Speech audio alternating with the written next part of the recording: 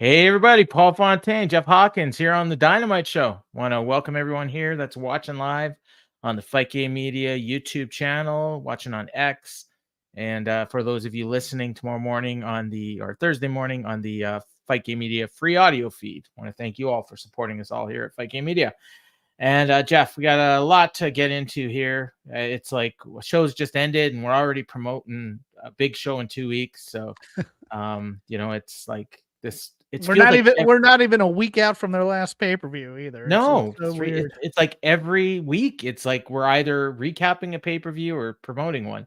Although the next one's actually a free TV show, but it's shaping up to be almost like a pay-per-view. Well, before we do that, let's talk a little bit about All Out.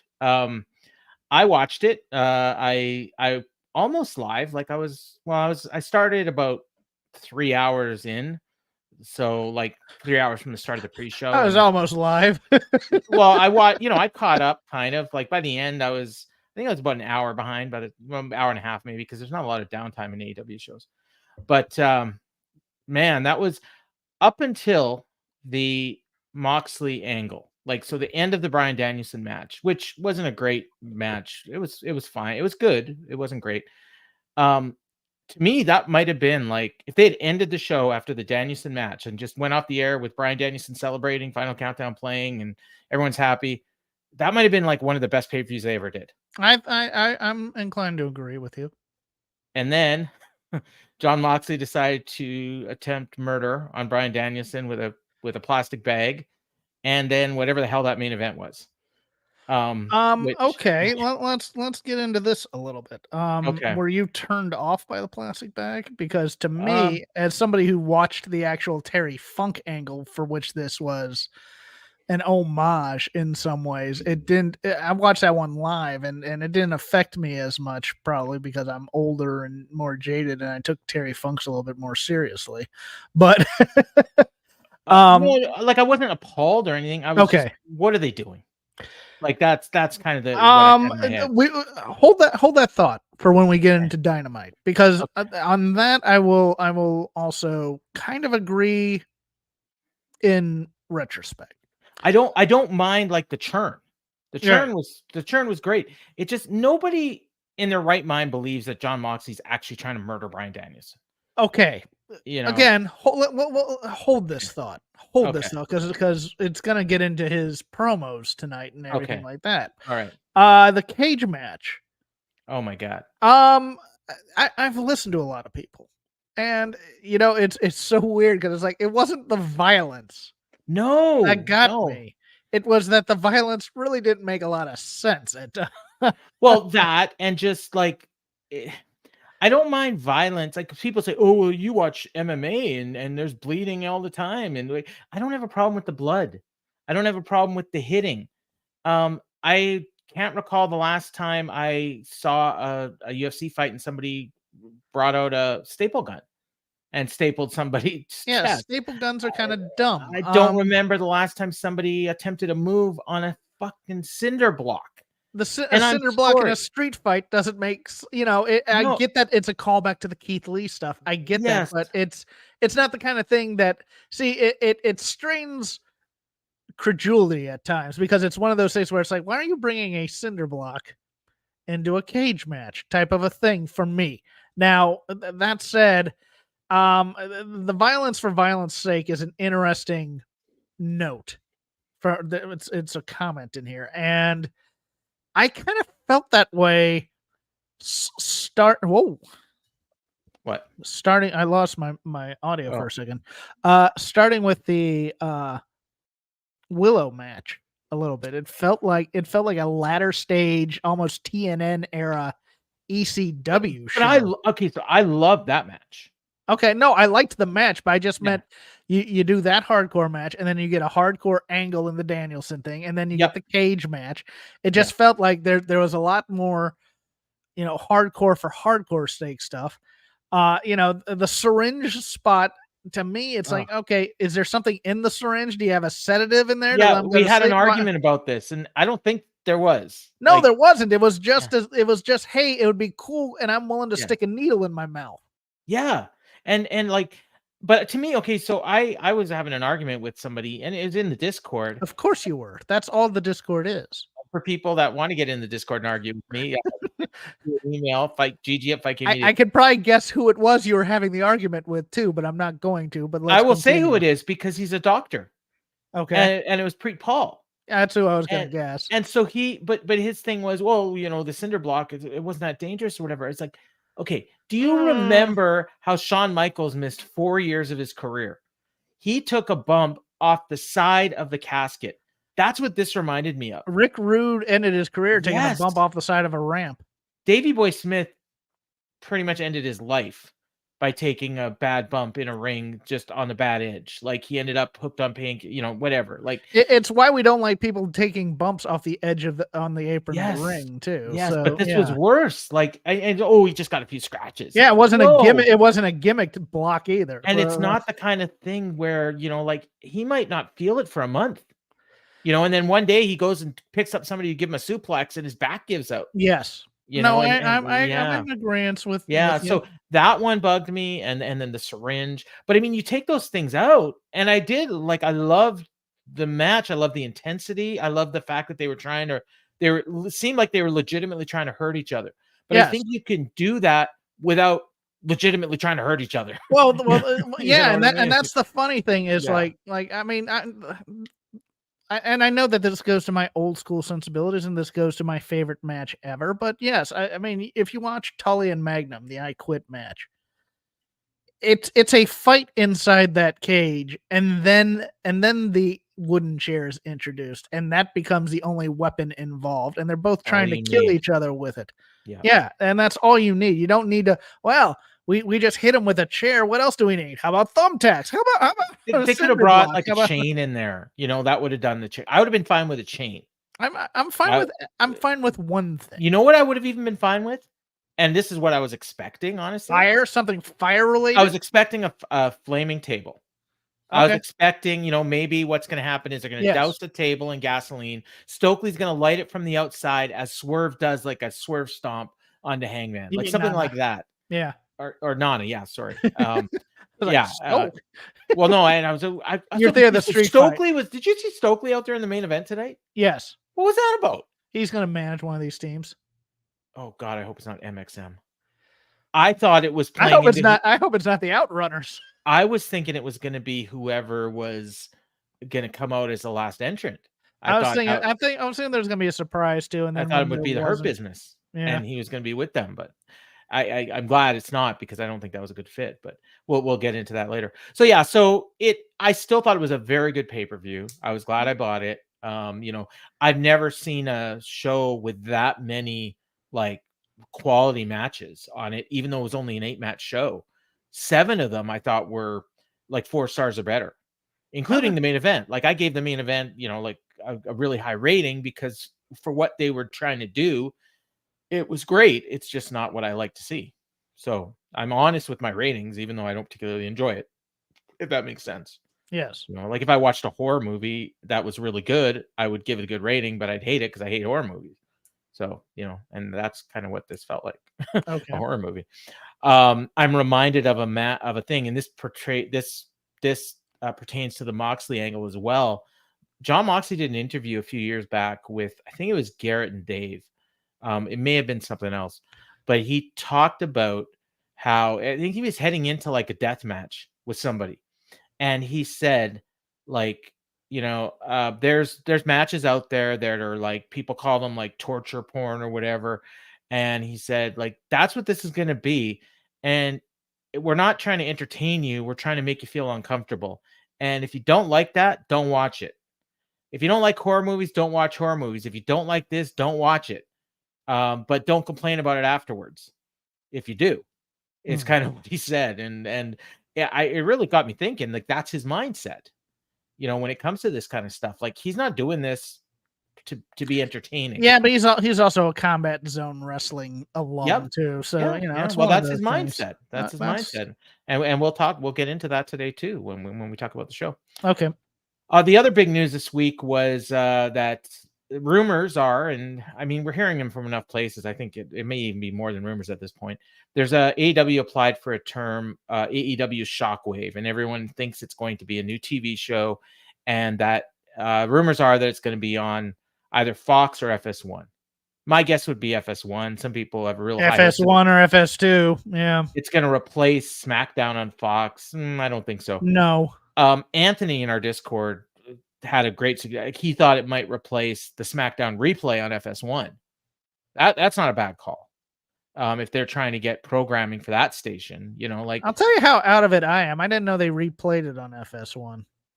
I didn't. I mean, I kind of knew just because I think remember when they did the head-to-heads? Yeah. So the replay of FS1 ended up going head-to-head with the live airing of Rampage a few times. I think every week it does.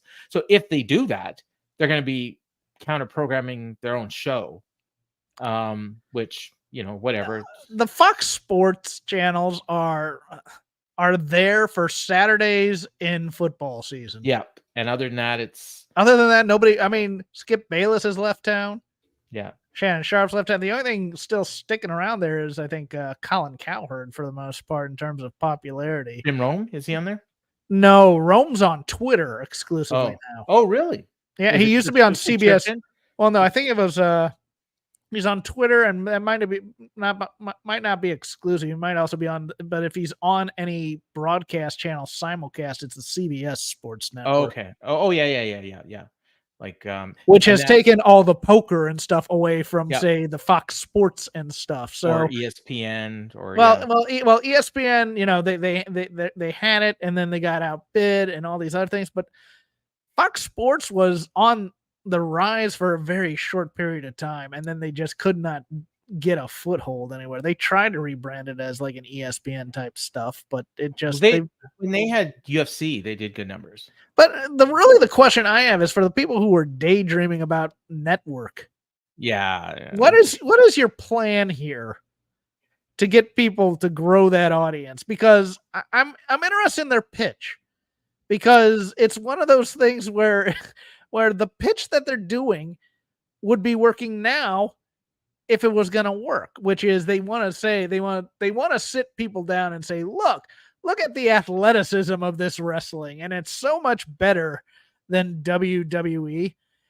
And I think they kind of missed the boat on what normals who would watch wrestling would want to watch, and they like angles and dumb stuff. If they're going to watch wrestling, they're not looking to make their wrestling more highbrow. Let's put it that way.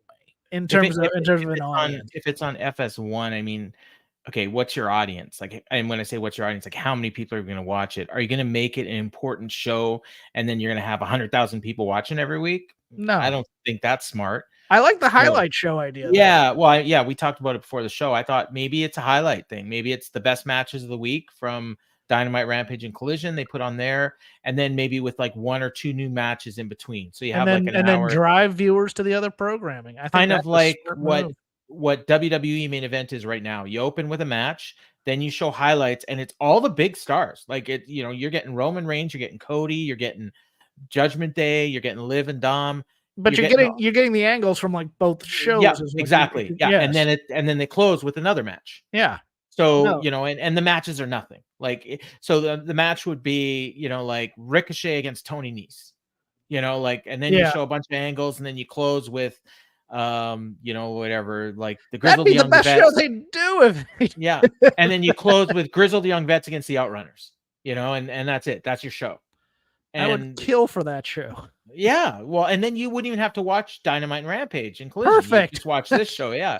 All I need is an hour as opposed to 5 between the 3 other shows. Maybe you have a couple features in the show where you do like top 10 moves of the week, and you do personality profiles, and if they hit really well, you put them on your other shows. And it's like the great stuff from Twitter and YouTube and all that. You throw it on this show, so I could see that.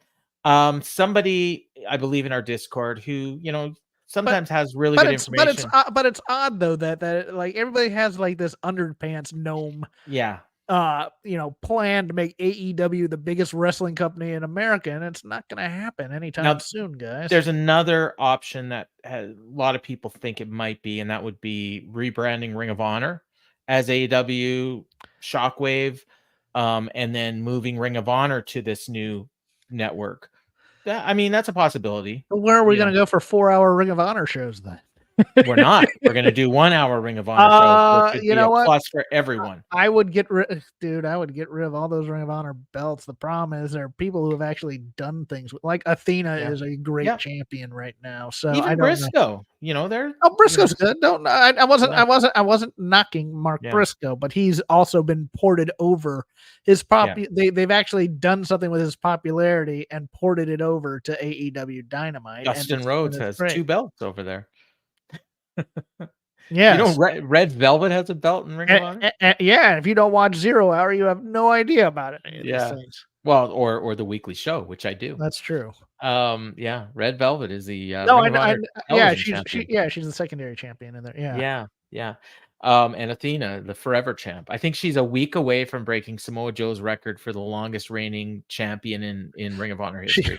She was challenging Samoa Joe on Twitter, from what I remember. I don't think he's going to take that challenge, so she might win. She should just call herself the winner by forfeit, and that's it. So that's the news of the week. Let's get into the show.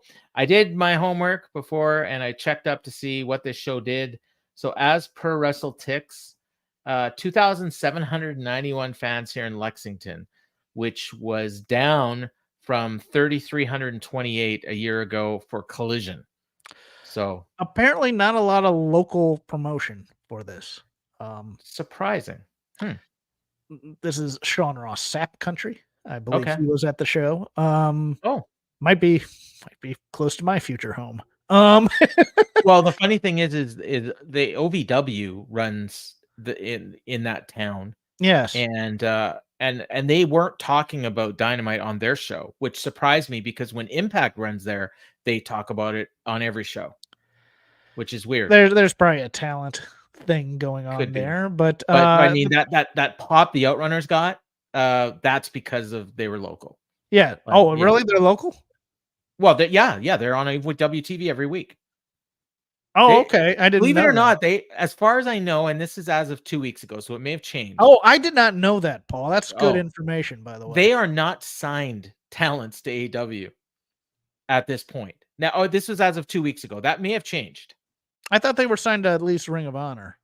I don't believe so. Like per date, like they're not like All Elite. Okay. So they still are on OVW TV like almost every week. I wouldn't say every week, but I think OVW has the right of first refusal on their bookings.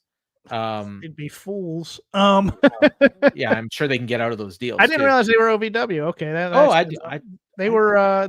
We have a group chat, and I send you stuff from it all the time. Look, they don't have Erica Lee with them there. They had somebody else for a while, but she's not with them anymore. Well, Layla Gray works there too. Yes, I knew that. Yeah, and then you know who else? I don't think you've seen him yet. Beef, who is on Ring of Honor, the former Gnarls Garvin.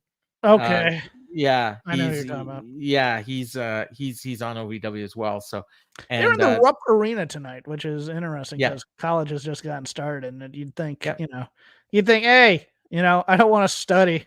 Is that where Louisville plays? No, like the Cardinals? No, University of Kentucky. Oh, okay, the Wildcats. Yes. Oh, okay, all right.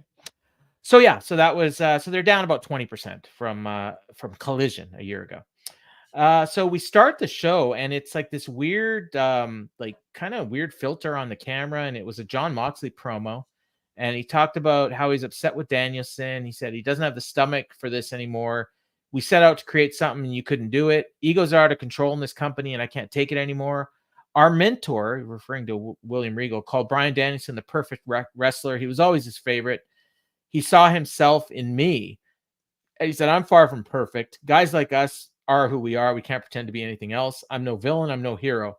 I know exactly why God put me here. I'm the one true king of these lands. We tried it your way. Diplomacy has failed. Today I choose war. And then he hopped in the back of an SUV for some reason. which did is he say weird. during was this the one where he also, I mean, I know he said later, but that this company is run by egos? Yes. Out of control egos? Okay. Yeah, I believe so. Because I was, egos are out of control. Yeah. Yeah, so there's two things that are, I mean, I saw a lot of praise for this promo, and I thought it was good, but let's cut through the crap. He tried to murder Bryan Danielson on television. This is one of those angles in terms of, I mean, he murdered on a pay-per-view. Okay, fine. But nevertheless, Bryan Danielson is the world champion. This is one of those, you need to ask everybody who's on this show what they thought of that angle type of things to me that NWA used to do. I know that like Brian and Vinny are just going through the recent are going through the 1986, 87 angle with the Garvins. Yeah, they just did that for like 2 weeks. But they just did that for 2 weeks, but they asked everybody on that program what they thought of the Fireball, etc. Moxley never even mentioned what he did to Danielson. No, and that's the other problem. It's like, I mean, it's a law of physics type of thing. You need to have an equal and opposite reaction. I need to know why you tried to kill somebody in the BCC. That wasn't just a turn. No. Okay, that wasn't just a normal, ooh, I don't want to be your friend anymore because you're the champion and I want a shot at the title. That was brutal. That was death-defying. And they're trying to take you out literally. Yes, and I don't think they have, well, I think they have an idea, but I don't think they have a real good reason yet. And I think that's why they never mentioned it. This should not be a mystery that we need to wait to see to solve type of a thing. He needs to say up front why he did that. And I think then after that, then everything goes downhill. I get the idea of having swerves and mysteries and because I think all roads lead to Shane McMahon. I still do. I think this is, and the Nigel thing makes it even more interesting because all these guys were NXT related in terms of all this in terms of all this thing in a circle. So, but yes, you killed a guy. Everybody should be asking why you almost killed a guy. Yeah. And they should be asking everybody else, why do you think Mox tried to kill him? They should be asking Renee, why did Moxley try to kill a guy? Renee doesn't give two shits about any of this. Like, I'm here backstage. Yeah. So this all happens. Again, he hopped into an SUV, which was so weird because he didn't leave. No. Well, that was no, that was, I think that was supposed to have taken place after the angle at the pay-per-view. Oh, okay. Okay. So I misunderstood. So the next thing we see is Darby skating into the arena in his pink sweater. And it looked like he was going into the building, like to be interviewed or something. He went through a door that said security. And then the next thing we see is Tony Schiavone in the ring. So I was like, oh, okay, he's going to call out Darby and we're going to hear from Darby. I thought so too. Yeah, no, he calls out the patriarchy for some reason. Yeah. And they showed highlights of Christian trying to cash in on Saturday. And of course, he was thwarted if you missed the pay-per-view. Moxley actually stopped him from yes, Moxley the BCC. The BCC came out before the turn. Yeah. And I thought they were in cahoots. Yeah, they got rid of Christian, and then I guess Moxley was just wanting Danielson for himself. So, so he's, he does his spiel: sit down, shut your mouths while I conduct my business. My son Nick told me the word on the street is that Christian Cage has infinite aura. I'm not sure what this was, other than the fact that I feel like it's something people have been talking about on Twitter. The word aura, just for some reason, I think they had to say.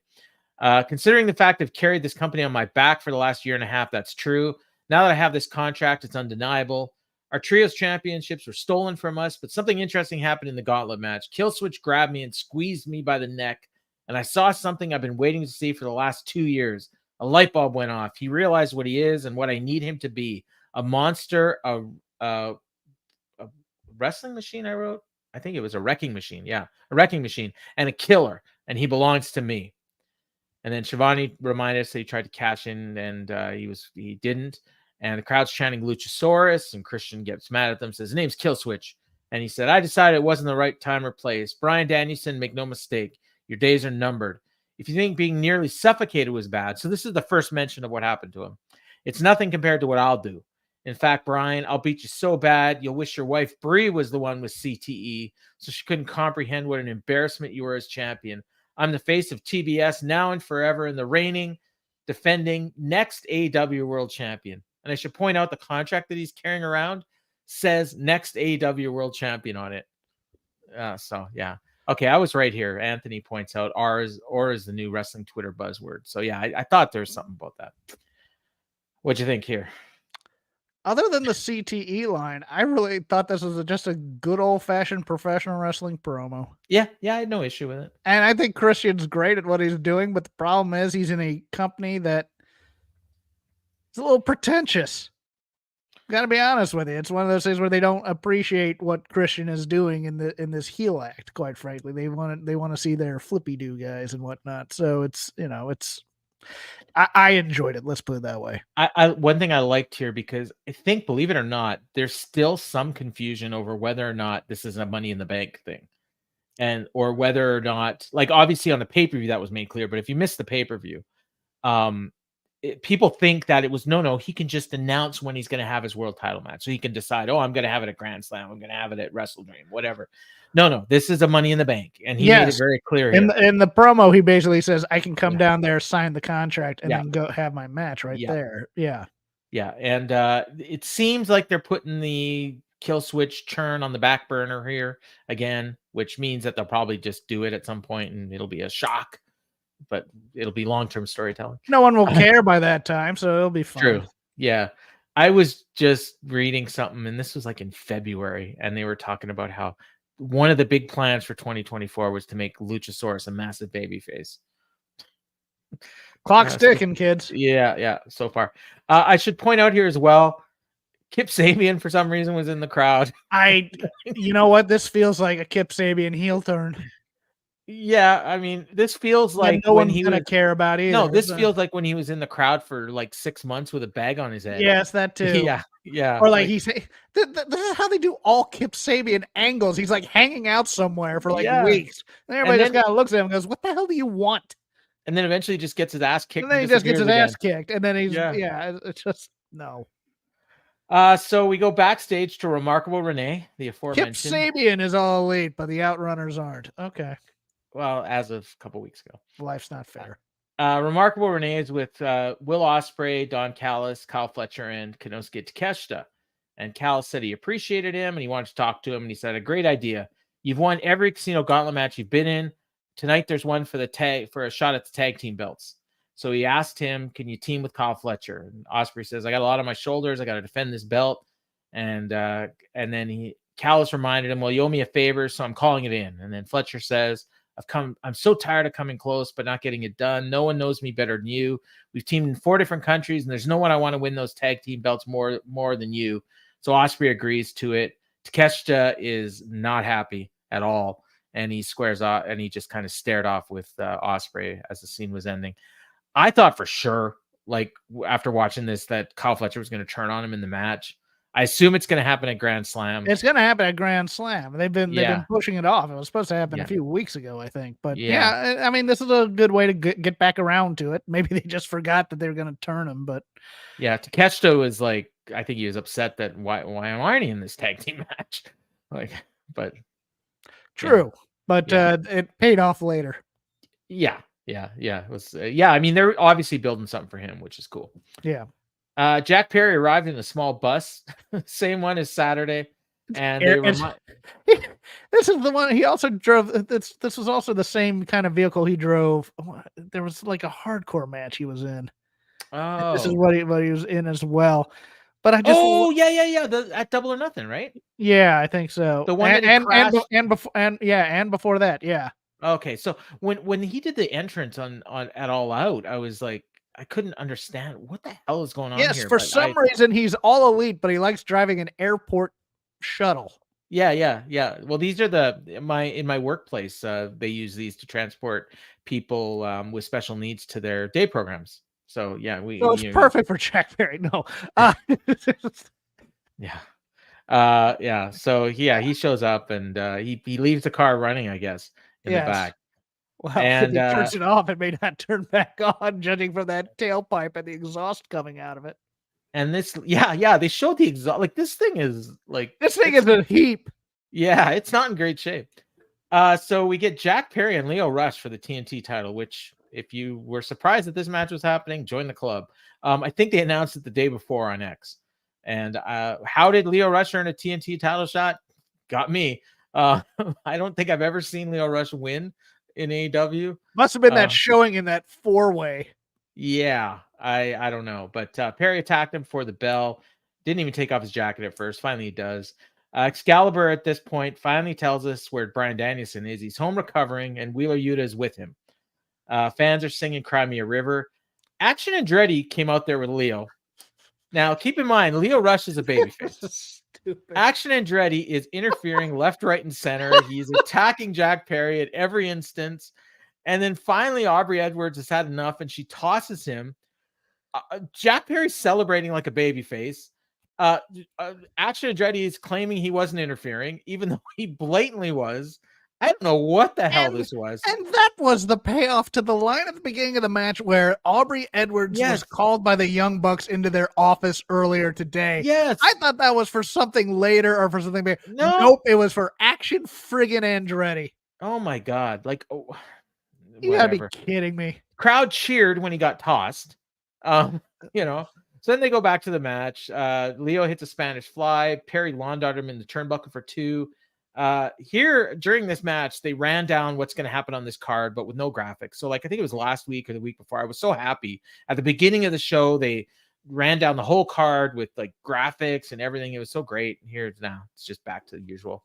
And Excalibur also pointed out we're going to hear from Jon Moxley later in the show, even though we already did hear from Jon Moxley. Yeah, I saw you. And we didn't hear from him later in the show. So, I guess we kind of did. Yeah, he was out there with twice. Like, he was out there once with Pac, and then he was out there again with Darby. So I guess technically they were right there.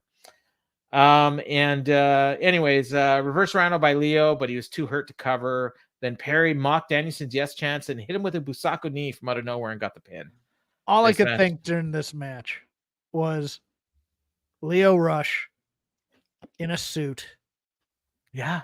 As the young boy in the Elite, as opposed to Jack Perry. I was remembering him with Bobby. Oh, Lashley. He was great with Lashley. Don't get me wrong, but imagine, like, I mean, his cockiness. Oh, like a cocky, like a business manager. Yes, well, not even a business manager, as the guy that wasn't Jack that they made Jack Perry into. Lio Rush, if he wasn't such a malcontent at times, would have been a much better guy for this. Wasn't he doing an angle like that, like originally when he was in AEW? Yes. I'm almost positive. Yeah, he was like an investment guy, and he was investing in a member of Top Flight, who he ended up with again. You're right. Yeah. All right. They just want to stick this guy with Top Flight all the damn time. That's the deal. Excalibur pointed out it was his 3rd title defense, so good for him. Alex Marvez found Jack Perry backstage. He says, people like me are crucified in this life so they can be worshipped in the next. And then he got in his bus and left. Somebody had a really good point. It's Tape Machines or Wiretop. I can't remember which one on Twitter, but they go, we've had 3 promos on this show, and everybody's kind of, it also includes the Pac one. It's like between Pac, Perry, and Moxley, there's a lot of Raven-esque promos on the show, kind of talking in riddles, etc. Well, the one thing I meant to say during the Moxley thing, and I'll bring it up in the Pac thing again, we're back to AEW sucks. The company? Yeah. Yes. Yeah. That's no. I was gonna bring that too. They're making the company the bad guy again when all heels run the company. Yeah. In story, except for Tony Khan. We need to stop doing this. But these heels are telling you the show you're watching sucks, and we're gonna fix it. Like that's a storyline, and people are cheering that. Yes. So that's true. It's been a 3-year story that AEW is broken. Yes, and we're here to fix it. So now it used to be MJF, now it's Jon Moxley, and it's the Bucks. We have a company. We have a company with low self-esteem. Yeah. Speaking of Raven, right? All right. Highlights of the main event from Saturday. I skipped them, but Renee was backstage with Hangman. He says, I burned his house. I stabbed a syringe. Or she says, you burned his house. You stabbed a syringe in his face. What's next? And he says, if I found 1,000 houses. Actually, no, it was Paige. That was the third promo that was talking all the Raven stuff. This one here. Yes. You're right. Okay. If I found 1,000 houses that Swerve called home, I'd have burned them all. If the cage couldn't have been raised, I'd have spent an eternity in pain trying to punish him for everything he did to my family. I meant everything I said and did to him. Every drop of blood I stole from him. Make no mistake, I meant it. And now I speak to all of you. If you got in my way, if you stood between he and I, and you tried to protect Swerve from me, I will find you and I will hurt you. And then he walks away. Renee starts screaming, what are you doing? He hit somebody. I have no idea who it was. Backstage dude. I think it was a wrestler. I just don't know who it was. It looked a lot like the guy that's with the Iron Savages, but it wasn't. But he wrestled later, so I don't think it was him. No, it wasn't. It was just some backstage. It wasn't anybody of note. Let's put it. But then he runs into the Dark Order, and Evil Uno, who is a heel now. Well, no. Before that, he kind of passes by Top Flight and Layla Gray. Oh yeah, dressed in their costumes. Yeah, which they weren't later. So they walk around backstage. They just thought Layla Gray looked good in that outfit, didn't they? They just wanted to put her on screen. And that was for me, and I appreciate that. Good job, Maybe guys. Maybe it's a pre-tape. So Evil Uno says, I don't know who you are.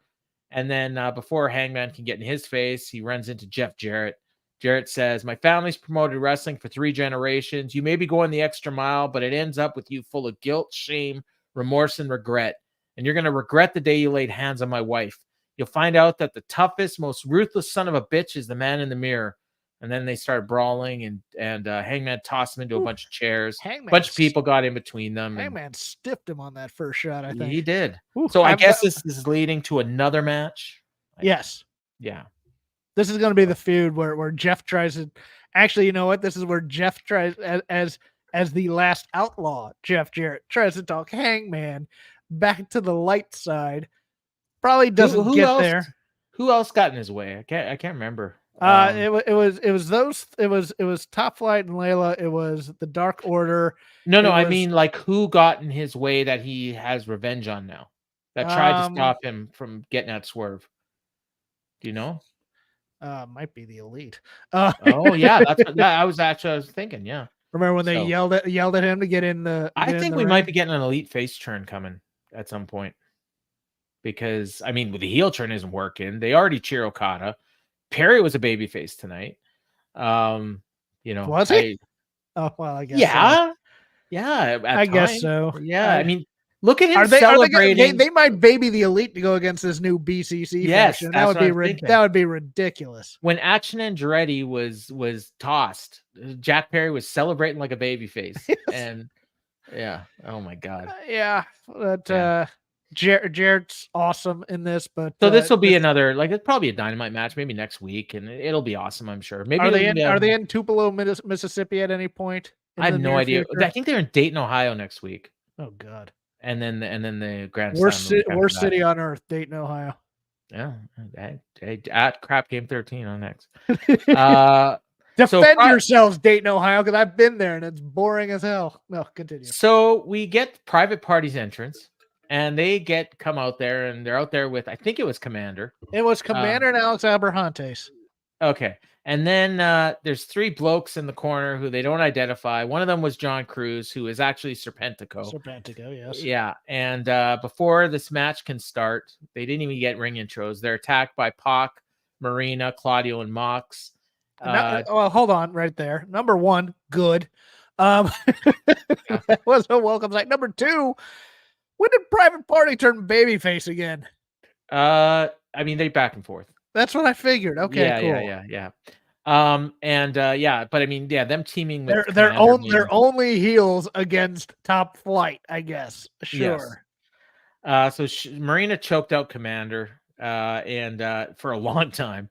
Pac did a promo, and he says, "Ladies and gentlemen, boys and girls, we're going to be very patient, but enough is enough. This company is broken." See, this is what I'm talking about. What happened Saturday All Out was inevitable. We are inevitable, a product of this festering environment. I've been very lost, but very long, but not anymore. I've got something to believe in, a purpose. Diplomacy has failed. This company is ours. And Mox and Marine are still in the ring with Commander's body, and one of Private Party's still there too. And Mox left through the crowd, and Marina followed him, and that was that. We're taking over. Yeah. Shane McMahon, here comes the money. I'm sorry, I don't want it to be true, but everything in my gut says, yeah, we're bringing that because again, the conspiracy will grow as we move on. But yeah, well, that was another wild card idea that somebody had for Shockwave. It was going to be like a Fight Club, and this is going to be like Moxley's Playground. No. Yeah, I don't like it either. But yeah, I don't want Josh Barnett's blood sport every week. And then Shane McMahon could be the one that got them the Fox deal and storyline. Oh God. Yeah. I thought this was good and short and to the point. It was fine. Chris Jericho arrived in a car with a High Guys license plate. Hold on. It was also another opportunity to say why you tried to murder Bryan Danielson and you didn't. Nope. So Chris Jericho arrives in a car, and he had posted something. Somebody forwarded me like about 5 minutes before the show started. He had bought a car in Lexington. He's got a license plate that says "Hi Guys."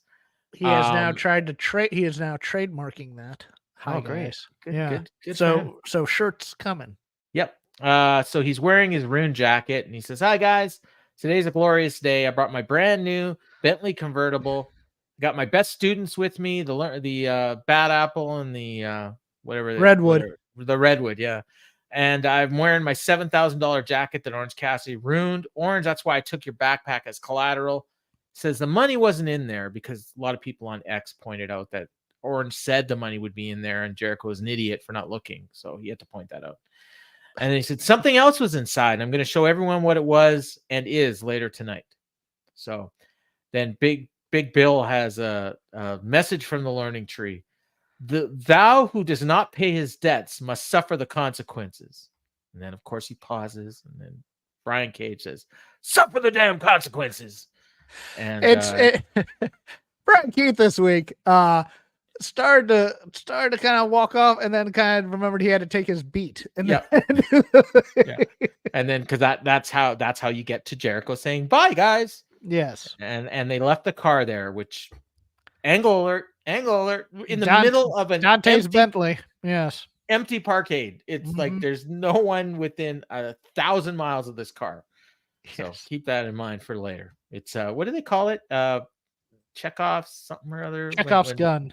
Yeah, Chekhov's gun. That's why I call it Chekhov's Bentley. Speaking of stuff that you didn't know was coming, Ricochet versus Sammy Guevara. Now, you know Ricochet's from Kentucky, right? Paducah, to be exact. Yeah. Yes. So they had booked this show, I'm presuming months ago. They signed Ricochet. They debuted him at All In, which is great. They came in the Casino Gauntlet. And where did they say he was hailing from? I don't remember. Oh, I do. Oh, what did they say? Hailing from Las Vegas, Nevada. Oh, okay. All right. Well, whatever. So they did that. And then for some reason, they put him in a match on the following Dynamite against Kyle Fletcher with no promotion at all. You could have put Kyle Fletcher in there with anybody on that show. Yes. And not put Ricochet on Dynamite for a couple weeks. You could have promoted this for 3 weeks. Hey, we're going to be in Lexington on September 11th, and Ricochet is going to be there in his first Dynamite match. They could have been promoting that for like 2 or 3 weeks, and maybe they would have sold some tickets. Maybe you would have had some WWE fans that hear about it. Hey, Ricochet's in AEW now. I'm going to check it out. But no, they announced it on Twitter yesterday. And here we are, Ricochet and Sammy Guevara. Why? I don't know. So we get this match. He gets loud chants to start. The match is a minute old, and they're brawling up the ramp after Ricochet did a bunch of flips in the ring. Sammy tossed him into the tunnel, does a super kick to him, climbs up the tunnel, does his crazy sign, and does a moonsault off the top and jacked up his knee. We're 2 minutes into this match at this point. Then they go to commercial. They come back, and the fans are chanting "Flip Forever." And the announcers tell us that Darby and Mox are in the building, and they're talking about that angle. So clearly they're telling you, what you're watching, don't worry about this. The important stuff's coming. Moxley and Darby are here. We're going to hear from them. This match is just here to bide your time. And so they do a bunch of stuff, and whatever. They're all doing great moves. And Sammy has been a babyface in Ring of Honor. He's tag team champions with Dustin, but I think he was a heel here. The fans were booing him. But, by the end, he was a babyface. He has not been on AEW television as a babyface. So he's not been on AEW television, period. Well, if you count the 0 hours from All In and All Out. Okay. I don't. So yes. But in terms of actual broadcast television, he has not been on television since he left as a heel when he was Callis. When he was part of the Don Callis family. Yeah. What was that, February? Well, actually, no, they did that turn thing real quick. No, I think he left as a babyface. Yeah, he left as a babyface. Did he leave as a babyface? Okay. I think so. Yeah, because they did that. Oh, right, because they were going to have him turn. No. And then he turned 2 weeks later or something, but wasn't as part of the Callis family anymore. Oh, my God. So anyways, they do this match. They do a bunch of great stuff or whatever. It's fine, but what do we think of Ricochet here? Because this was a Sammy Guevara highlight reel. Well, it was, but then Ricochet was trying to do some stuff, so he took forever to set up a springboard off of a barricade because he was trying to get fans to get out of the way because he didn't want to hurt them. This is AEW. Don't worry about the fans. Just do your move. Then he does a springboard dive in the ring, running shooting star press for 2. That got a "this is awesome" chance. I think it was Sammy did the yes kicks, or it might have been Rick. No, I think it was Sammy, because that's where I was wondering, what is he doing? So he's doing the Danielson yes kicks and getting no reaction. Sammy rolled him up and he pulled the tights for 2. Then he hits a code red. Then then he hits a top rope cutter on Ricochet, got a 2. AEW chance there. Sammy went for a shooting star press. Ricochet got out of the way. Sammy hit him with a jumping knee. Tried for the go to hell, but Ricochet blocked it. Hit a roundhouse and then a stomp and hit the vertigo for the win. And I thought he looked better here than he did against Kyle Fletcher. Yes. But they're going to try and top the Pac match with Will at some point, and they're not going to do it. No. Ricochet is not as good as Pac. You asked me what I think about Ricochet, he's not as good as Pac. That's my takeaway. Yeah, but I mean, it's it's so weird because they brought him and he's immediately, it's so funny because the whole narrative was, he's going to come in and he's going to be able to do what he wasn't able to do in WWE. I mean, he's doing some stuff. He is right at the same level, though, he was in WWE. Yes. There's he's going to be a bigger star. He's not going to be beating Ospreay. He's not going to be beating Ospreay. He's not going to be that, as Dave Meltzer says, can't miss prospect that he thought he was, and he would be eventually. I mean, maybe if he would have come in 2019, he would have been. No, but probably not. No, he's Evan Bourne with more charisma. Oh, way more. I mean, he's way better than that. Yeah, I know, but still, he's at that level. He's at the level of Sammy Guevara, really. But he beat Sammy, so that what does that tell you?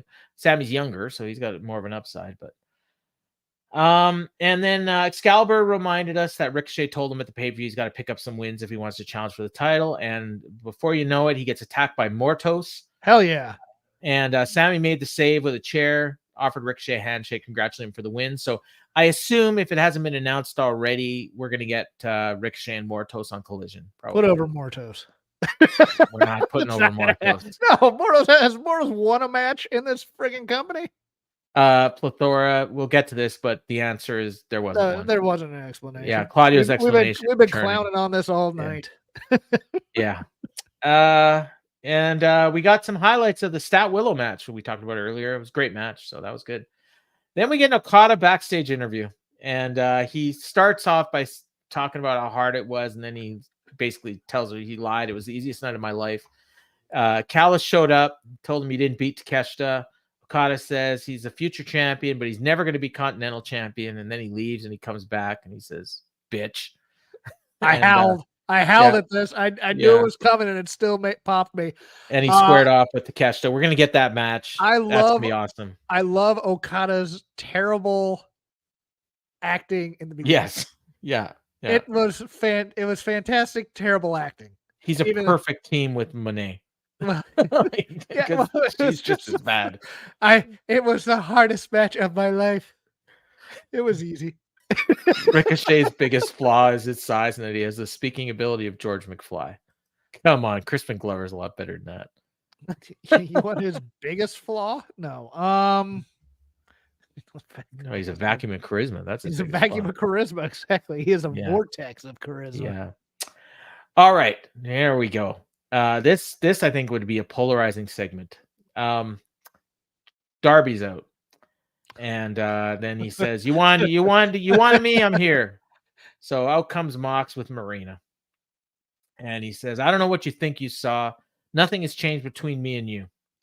Darby says, "There's a lot I want to talk about. We both came from nothing, and we'll stop at nothing to make sure we never go back there. Everything I owned, I could fit in the trunk of my car. Everyone says, Darby, slow down. You're not going to be able to wrestle when you're 40. AEW gave me everything. I want to tell you a story. I looked for a hero. Every time I thought I found them, they showed me how fake they were.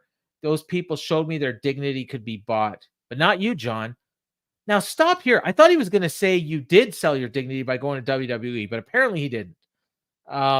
Which I think is a key part of the story.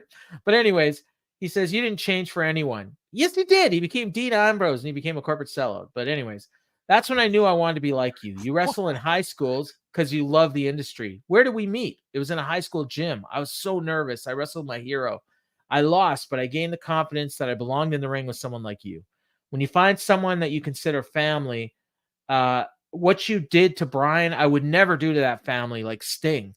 And what do you want, John? Why are you calling me out? And Moxley says, my man. You know, he could have started with that. yeah, but no. He had to do some exposition. Yes. My man, you have a world title shot in the bank at Grand Slam on September 25th, but that's not going to happen. The world champ is indisposed.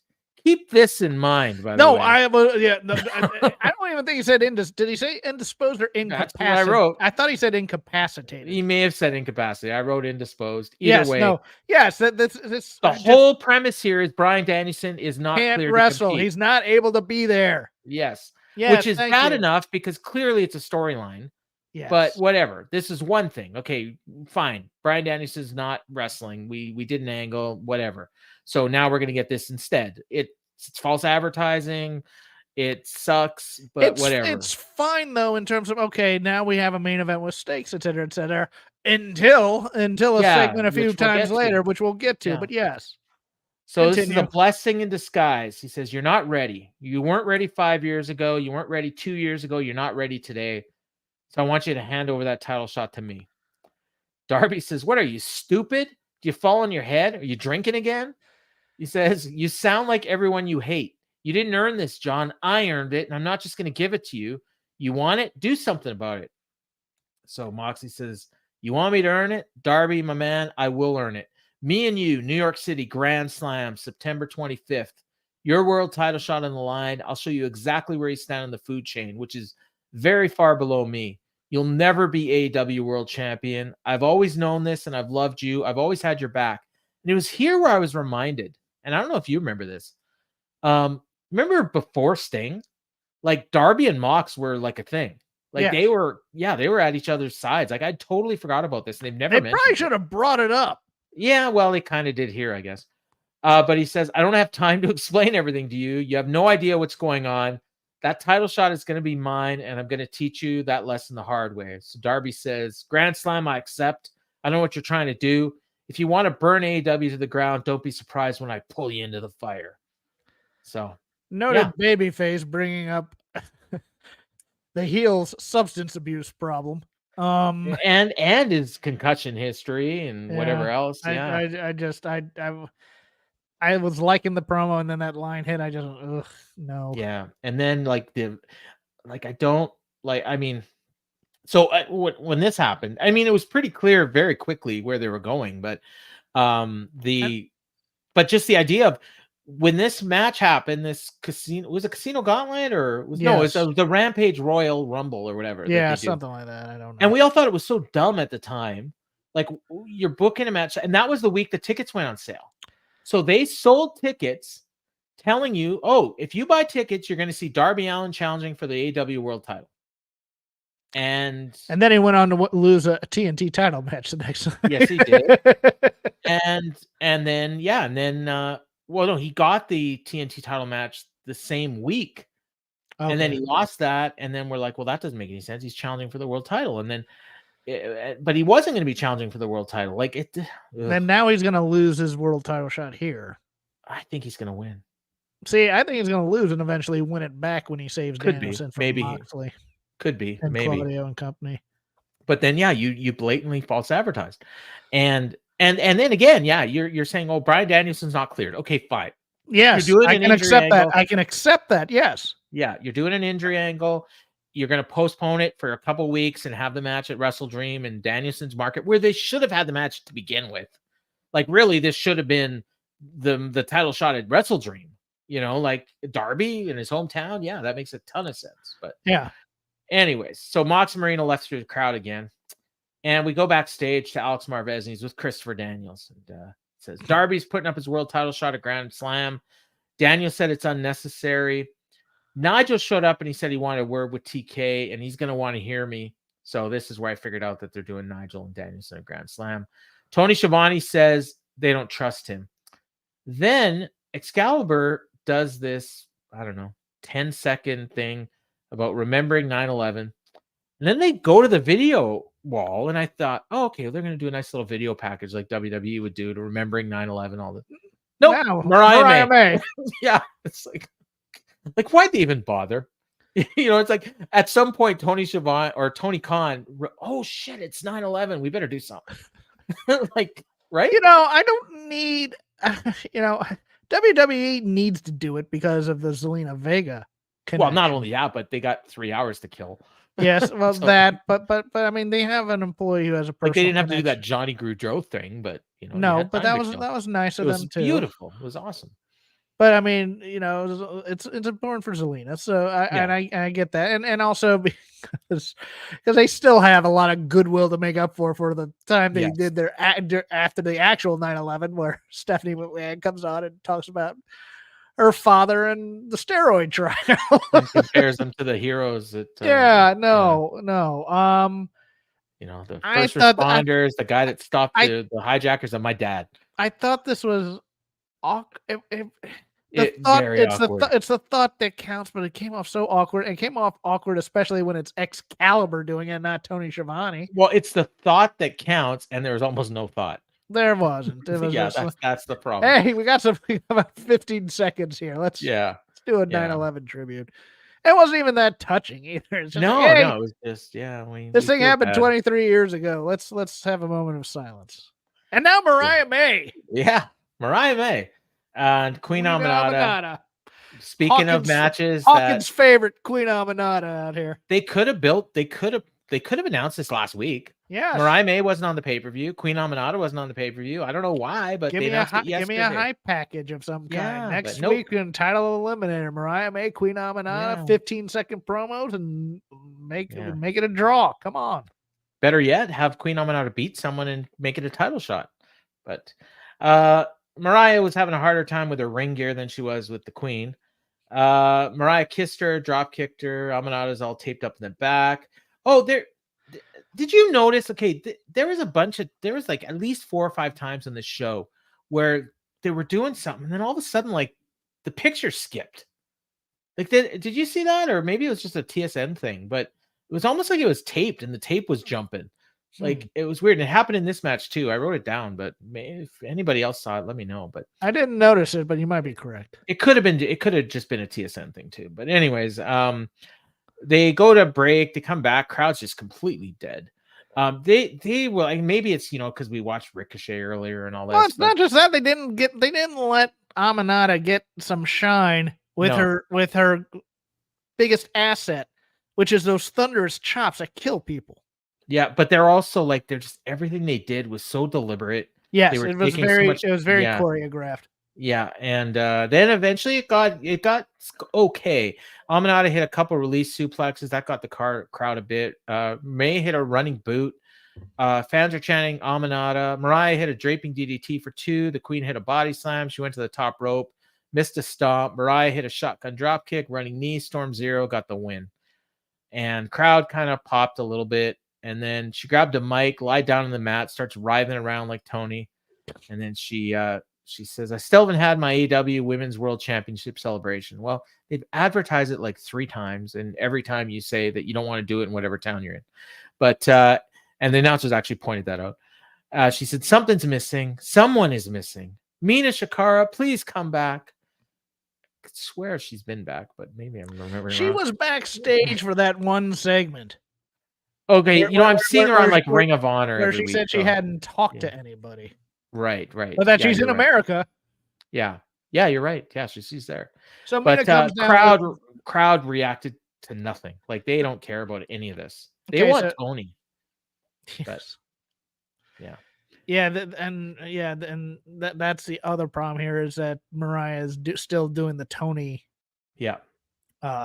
Moves as opposed to really striking out on her own and making her own character here, which is going to be the death of her reign, to be honest with you. Yeah, it's not hitting too well. And she's a good wrestler. Like and her performances are fine. It's just not clicking. That's all. I'd get her a manager possibly too. Yeah, but there's nobody on this roster. Harley. Oh. Harley and Mariah May would explode my brain with endorphins.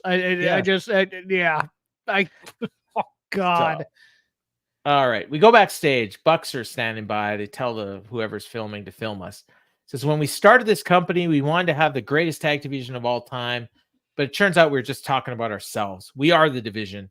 He said most execs would be settled into their cozy jobs, taking meetings, but we're still here doing all the heavy lifting. Fans are outraged. They said, maybe you should be mad at all the tag teams that aren't good enough to replace us. We're telling the truth. We booked this tag team Casino Gauntlet match tonight to see if there's anyone that could step up and get a shot at the greatest tag team of this generation. Whoever wins it will face us at Grand Slam, and we're going to be out there watching live. So again, they just basically told us the tag division sucks. Like that was the whole point. I mean, they shouldn't have buried the tag division. They should have said, we're putting everybody in the tag division in this match to run you out and to wear you out and because we're mean guys as opposed to everybody sucks. And by the end of by about halfway through this Casino Gauntlet, I'm like, man, the Bucks were right. This division. Oh my God. I think too many people were expecting a surprise. Yeah. And surprise was there's no surprise. Yeah, the surprise was there's no surprise. And actually I came into this thinking, are we getting into the match now or is that later? No, it's later yet. Yeah, okay, so I'll wait. All right. We got a video package for some reason on Saraya and Jamie Hayter. Sure, why not? Yeah, just to kill some time. Learning Tree and Iron Savages. So we got highlights of the jacket being ruined again. I think they showed this last week. Then they showed highlights of them taking out Ishii, which was, I think, from Rampage. So he's back in Japan. And this match was nothing. Jericho wrestled in his jacket. He did nothing. Tagged in Bill. Fans chanted meat. Somewhere, Brian Keith hit the Diamond Dust, which I guess is his finisher that I've never seen in my life. And he hit it on the manager and tagged in Jericho, and Jericho pinned him with the pose. So this was all basically just to set up the post-match angle. And Jericho reminded us of the Rune jacket 4 years ago. He says, Orange, I want my $7,000 back. I keep feeling like you're not going to give it to me, but I'm going to keep taking your things. I looked through your backpack. There's no money, but I found something interesting. A picture of you with your former best friends. And he pulls out this thing, and he's all bloody, and he's with Trent and Chuck and Chris Statlander. He says, now, Orange, this is your problem. You're still obsessed with friendship, but let me give you a lesson from the learning tree. There's no friends in wrestling. This was so great. If you think you have a friend, you're probably being used. Big Bill looks at him like, oh, wait a second. And Brian Keith is like, he knows. Like, Brian Keith he wasn't surprised one bit by this. Like, he knows he's being used. He's a bounty hunter. He doesn't know care. His thing. But Bill was like, I thought he was my friend. And I think they're starting to turn. Yeah, they are. But he says, let me give you a lesson from the learning tree. Oh, no, sorry. So, yeah, I wrote Bill glared at him. So he says, take your hands out of your pocket, pull your head out of your ass. I want my cash, Orange. I want my cash, Orange Cassidy. You're going to give me that cash. So we go backstage. And, of course, Orange Cassidy's there. And he says, hi, Tree? He says, I do have your 7,000, and he reaches into his pocket. He's got like $3. He says, I don't really have it all on me. My boys are bringing the rest of your cash. And then we cut to Mark Briscoe and Kyle O'Reilly in a dump truck. And they dumped, I'd say about 7,000 pennies, not 70. I was gonna say it was about $100. Yeah, it was about $100 a penny. Except they weren't all pennies, because when they focused on them, you saw various coins. They were emptying change jars in the neighborhood. Most of the coins I don't think were even American. There were some weird ones in there. And some like putt tokens, some Dave & Buster's things. Yeah. So they dumped these coins on this car. I think the idea was it was going to destroy the car. Jericho sold it like they destroyed the car. I don't think there was a scratch on this car. I don't know how Mark Briscoe did it, like where he dumped these coins and they did no damage. I don't think there was a scratch. Those coins scratched, which made me think if this was a Bentley rental, maybe, but did they? I wasn't sure if they were because a lot of them fell onto the windshield and the but front I didn't of see the any car. Scratches. Now maybe I thought they were supposed to fit them all in the Bentley. Now they needed a lot more coins. The windshield was destroyed. John says, "Okay, I missed that." So it would have been 700,000 pennies is what they needed. Yes, and Tony Khan should have been able to hit every bank in town, or just got quarters. You just get change. Just get quarters. Change. That would be what 7,000. So it'd be 28,000 quarters. That would be enough to do some damage. But whatever. So then Orange Cassidy walks up to the thing, pulls the bill out of his pocket, grabs a couple coins, and okay, that should cover it. And cute. And the fans no reaction to this, zero. This was a Stanford playbook. Yeah, this was dumb. I agree. Well, no, because Stanford, I think they would have done it. I think they would have destroyed the car. They would have destroyed the car, and it would have been 700,000. See, that's why I was thinking they were trying to be very careful with the paint job and whatnot. Yeah, because I think they probably rented this Bentley and said, "Well, it's probably not in our budget." Yeah. So they had promised that we were going to do the Casino Gauntlet match next, but instead we get Nigel in the ring, and he's got something to get off his chest. So he says, with Darby Allin putting his world title opportunity on the line at Grand Slam, there's not going to be an AEW world title match. Let's be honest. It's great for the champion. I think he's strapped to an iron lung, gasping for air like Justin Roberts was when he got choked out. This got no reaction. The fans have no idea what the hell he's talking about. Right. Because it was 15 years ago. Not so good for AEW. He says, a former world champion like myself, I believe an event like Grand Slam should have the AEW world champion at least compete. Which brings me to this. And he's got a contract in his hand. How many years have I had to watch from the sidelines Bryan Danielson's career an afterthought? A postscript to his success that should have been mine. And he's delivering this with passion. He's getting no reaction. Not at first. Eventually he did, because he had such great delivery. But I don't think anybody knew this story. Because Bryan Danielson is afraid of me. He's afraid of the one match that everyone wants to see. But Tony Khan isn't afraid, because Tony Khan's a psychopath. Tony Khan knows a money match when he sees one. So at Grand Slam, it's going to be Bryan Danielson. Take a breath, Bryan, against Nigel McGuinness. And fans popped, and they did cut to a few fans. People forget that this whole angle has been kind of playing out on Saturdays on the show that nobody watches too. Correct. So he promises that Oasis is going to play him to the ring, which I think he just means that he's going to play the music. This is a bait and switch by a heel. Yes. Tony's going to probably shell out for rights.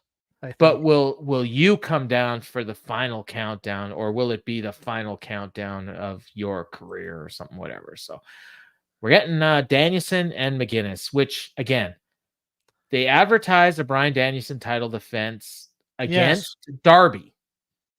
Bryan's there, Darby's there, and we're not getting that match. How are tickets moving? Because I think they made this choice because people in that Mid-Atlantic corridor who are Ring of Honor fans might travel for a Nigel McGuinness match in 2 weeks. Then you should have done that first. I agree. Yeah. I'm just checking to see if I can see. But it's funny to me that it's okay, so I mean, to me, this might also be a bait and switch if he's actually indisposed and they start like a count out, because they did leave it open that it's only if he is available. Yes, if he's available. Yeah, which I think at this point they kind of have to do. I right? think you know what? I think they're gonna start the count and then call me the winner, and then at 8. Yeah. Oh my God, he's here! Yes. I'm looking. Okay, I think the last thing I saw was like 3,600 tickets for that, but I'm trying to find. Not good. No, like I mean, they did. What is it like? Didn't they do 22,000 the first year they went there? Why are they doing this on 2 weeks build? This because they were building the Derby match for 2 months and nobody bought tickets. Yes, I know that, but at the same time, this is something for the quote unquote sickos that should be a big deal for the sickos. I can't believe that they're doing this, but okay, cool. I'm just about to give up on trying to find these tickets because the at WrestleTix. Oh no, I'm on WrestleTix Twitter and there's nothing. I've seen. Oh, here we go. 3,700 as of September 5th. Out of. Well, they're set up for 5,700. They did 11,000 last year. Yeah. So they're just 8,000 short. Don't worry, the new TV contract will fix everything. Yeah. So, all right. So we're gonna get Darby. And I believe this is a title shot. Like I think that's. Oh no, this is a world title match. Yeah, because he wants to be the one because remember, there's also the stipulation that once he loses the title, he's done as a full-time wrestler. So then we get a Hook promo, and I was reminded that Hook just beat Chris Jericho, and Chris Jericho is wrestling Orange Cassidy now, who's higher up the card. And it's the law. This is the law of Jericho. He loses his match and he gets elevated, and the guy that beats him gets nothing. Right. So he's with Roddy Strong. He says, I got respect for Roderick Strong. Rope to rope, bell to bell. You're one of the greatest wrestlers in the world. I respect you. However, my respect for you is disturbed when you and your buddies jump me. You whined about your foot under the ropes. That's not the Roddy Strong I know and respect. I beat a legend to regain this, and now I'm challenging you, Roddy. Anytime, any place. Tell me, Roderick, when's it going to be? Try and take this away from me. I'll tell you when it's going to be. It's going to be the collision on the week of Grand Slam. That's what it's going to be. Hook should respect Roddy. I think that's wrong. I think Hook should just be the same jerk he's always been, not respect anybody. I think Hook that would get him more over. Hook should just say, you know what, we're going to do this match in my backyard, and you better show up. Yeah, Roddy, you're a punk ass bitch. Meet me in New York. So the Bucks come out for the Casino Gauntlet, and they do the match. So FTR is the first team out, and then the next team is Ospreay and Fletcher. So the team that was just made are second out. I could swear Tony Schiavone said there were 5 teams in this, but maybe he just said there's a bunch of teams. I don't know. I wrote down 5. He said later that there were 21 teams signed up for this. Yeah. Well, later they said that. So very early, Ospreay hit his head weird, and he was selling it like he was really hurt. But then a couple seconds later, he's just back doing flips, and so everything's fine. The very next team is the Righteous, and I was like, "Are you fucking kidding me?" And you could hear a pin drop. And they're doing stuff, and nobody's reacting to anything. Good here, but they tried to do a good job on commentary by saying that they're serious and not doing their snapping crap. So I kind of well, no, I look, I get the thing. Yeah, I understand. As soon as the Righteous showed up, it was like this. It felt to me, yeah. Look, I thought FTR was a friggin' afterthought in this match, and it's like one of those things. You say that? I was in the Discord during this because I was bored, and somebody asked, why aren't FTR in this match? They were the first team out. They're the first team out, and they got nothing from this crowd, really. Yeah. I think they got, somebody wrote down here, exactly no pop. I think it was like a negative pop. Like it was like the them crowd being on Collision has hurt them. In terms versus them being the Righteous hurts them. Well, no, I meant FTR. Oh, FTR, yeah. Kingdom was out next. I wrote down, okay, this is a jobber match. Boy, who couldn't predict that the Kingdom was going to be a part of this? No. Claimed are out. They got a nice pop. No promo though. This is where they showed Stokely in the crowd. I don't know. Maybe they're going to dump Billy and go. I think they're dumping Billy and going with Stoke. That could work. They did 2 Famousers on Dax, but then they stopped to pose. Next out was the MXM collection. I wanted to die. I hate these guys. I thought they did okay, but I was done with the posing. I think the posing is stupid, but the double team moves are kind of, for they're fine. Mansoor's good. Mansoor's a good worker. Dion's a good big man. He can't sell. Dion's decent, but he needs to do big man moves as opposed to doing. He's like first year NXT right now, even though he's been doing this for like 8 years. Yes. So they squared off with the Acclaim because they've been feuding. Although they haven't actually wrestled yet, but they're setting up a feud. They did their pose. What did I write down here? They announced the match as official. Oh, the TK Bryan Danielson. Yeah. But then Tony Khan said if Bryan Danielson is able to compete. So they announced the match. They put up a graphic for it, but then they made the point that, well, maybe he's not going to be cleared. I'm going to be honest with you. At some point in this match, I was expecting the BCC guys to come out, clear out, take the pin. Oh, that would have been so awesome. That would have been so awesome. Like, I thought, my prediction for this was Claudio and Pac. Like, that's who I thought was going to win. So they did this convoluted suplex spot to go into break where, like, I think it was 12 guys in there, and they all, like, 6 of them did the suplex on 6 others. And Dutch landed right on Mike Bennett's leg. Oh man, did that look bad. And Taz even goes, oh my. Well, he said he landed on someone. He said, Dutch landed on someone. I was looking at no, that was Mike Bennett. And I don't think he did too much after that. So they go to break with 3 minutes left. They come back from break. We got that weird jump thing again. Top Flight are out next. No Flight Crew outfits and no Layla Gray. Dante and Ospreay did some cool stuff together, so hopefully they're going to do like just maybe like a collision match at some point. The Outrunners came out. They got by far the biggest pop. I was shocked by this. Not just the match, like the whole night. Like, I don't think anybody got a pop like this. This show, by the way, early adopters on the Outrunners, and then they big timed us for an interview. Could not believe it. But go ahead. Yeah. And we were in on them like we were in on them on their first appearance. Yeah. I mean, and he's. I loved that they got that, and then they started wrestling. I kind of went, they're okay. Yeah. Well, they went nuts. They cleared the ring. FTR attacked them on the ramp.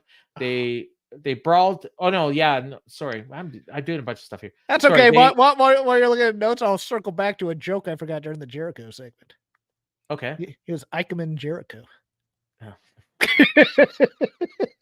So they did their Mega Powers handshake and they posed after they cleared the ring, and that got a huge pop. GYV's out next, and immediately they get attacked by FTR on the ramp, and they brawled to the back and basically gave up their shot. So I don't even know why they put Great Grizzly Young Vets in here, because they did nothing, and literally nothing. No, I agree. Get FTR out of there. I think a lot of people were expecting maybe Motor City Machine Guns, although I think they're with WWE. They were expecting maybe the Hurt Business. I don't know, maybe somebody else, but the surprise was no surprise. And then Ospreay was looking at them as they were leaving, got hit from behind. I wrote down the match is falling apart. Turbo suplex Mansoor onto a pile of people. They did their finisher on Mansoor, and the crowd totally bought this was going to be a finish, but Vincent pulled Turbo off of him. Darius did a dive on everyone. They did the spot where everyone hits their finisher. And Rana by Dante on Fletcher for a good near fall. Dante hit the knees on a splash, and then Ospreay hit the hidden blade, and Fletcher got the win. And that was it. I was totally like, even though they're 8 minutes over, like I was not ready for the finish. Like it just seemed to come out of nowhere. But I mean, Ospreay and Fletcher won. And so they had announced earlier, the Bucks against them at Wrestle Dream Grand Slam. So we've got Ospreay and Fletcher against the Bucks. We've got Danielson and Nigel, and Moxley and Darby, and probably Hook and Roddy. Question. Yes.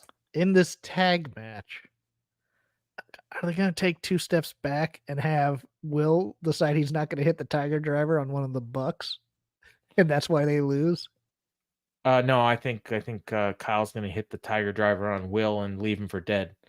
Oh, see, I think he's turning on like the week after that match, or after the match happens, or whatever. But I'm trying to figure out a reason why they lose within the match. Well, it'll probably be Kyle that gets pinned, and then he's going to blame Will. Yeah, yeah. Or you know what? If Will got pinned and Kyle gets set off by that, I was so close once again. That would make more sense, but they're never going to do that. Yeah. So I mean, it'll be a great match. I mean, Bucks. No, it will be a lot of fun. Yeah.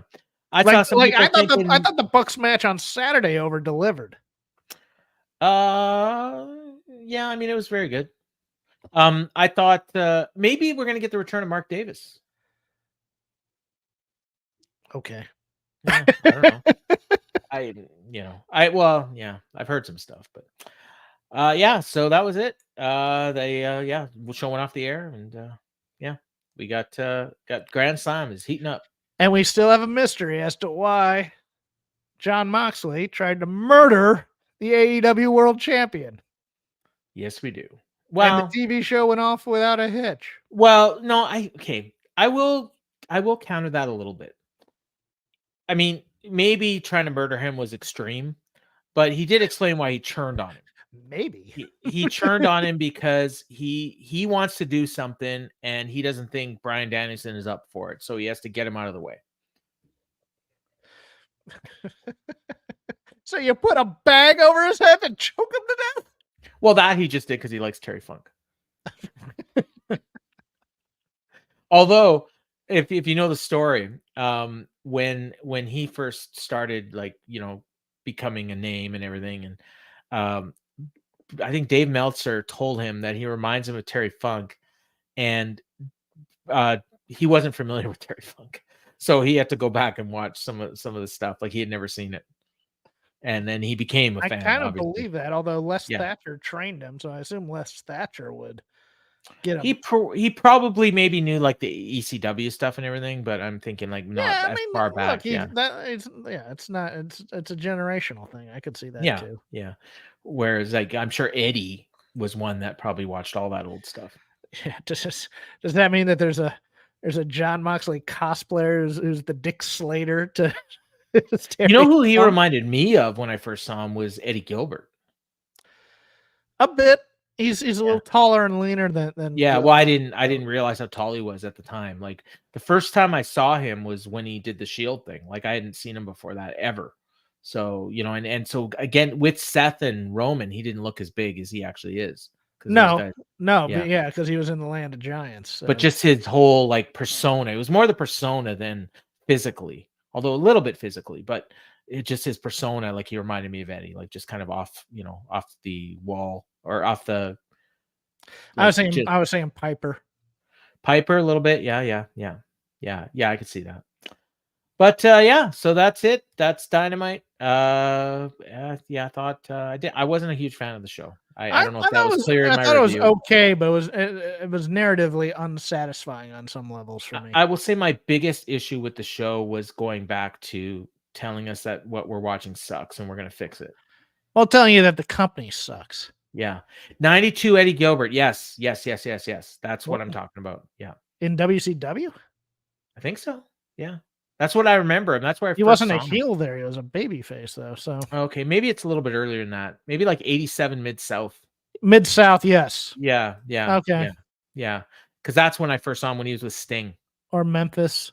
Yeah, well, I didn't see a lot of that. But the Mid-South stuff tracks because he was the main heel there for the most part. All right, well, let's wrap this up. Yeah. You can follow me at CrapGame13 on Elon Musk X. I do a show called Shake Them Ropes over on the Voices of Wrestling Podcasting Network. This week, any news that drops in the next day, going over Raw, NXT, All Out, if Nove watched it. For Vader Club, we have a Vader 6-man where he teams with Bam Bam Bigelow and Steve Williams. Ooh. Yeah, it's pretty cool. That's on the Shake Them Ropes feed at Shake Them Ropes on X. So yeah, that'll be cool. And I'm at Paul Fontaine on the aforementioned X. And as well, you soon be able to read some of my musings. Fight Game Media is doing more written work and fightgamemedia.com. So you can check that out. There's a crew of us, 3 or 4 or 5, that'll be trying to get stuff up daily. So you can check that out. Not exactly sure what the content's going to be yet, but it will be coming soon. So you can check out to hear from me in between when I do this show. I'll have random thoughts about different things, and I don't know exactly the format, but stay tuned and I'll probably have something to plug next week. So for Jeff Hawkins, I've been Paul Fontaine, and this has been the Dynamite Show.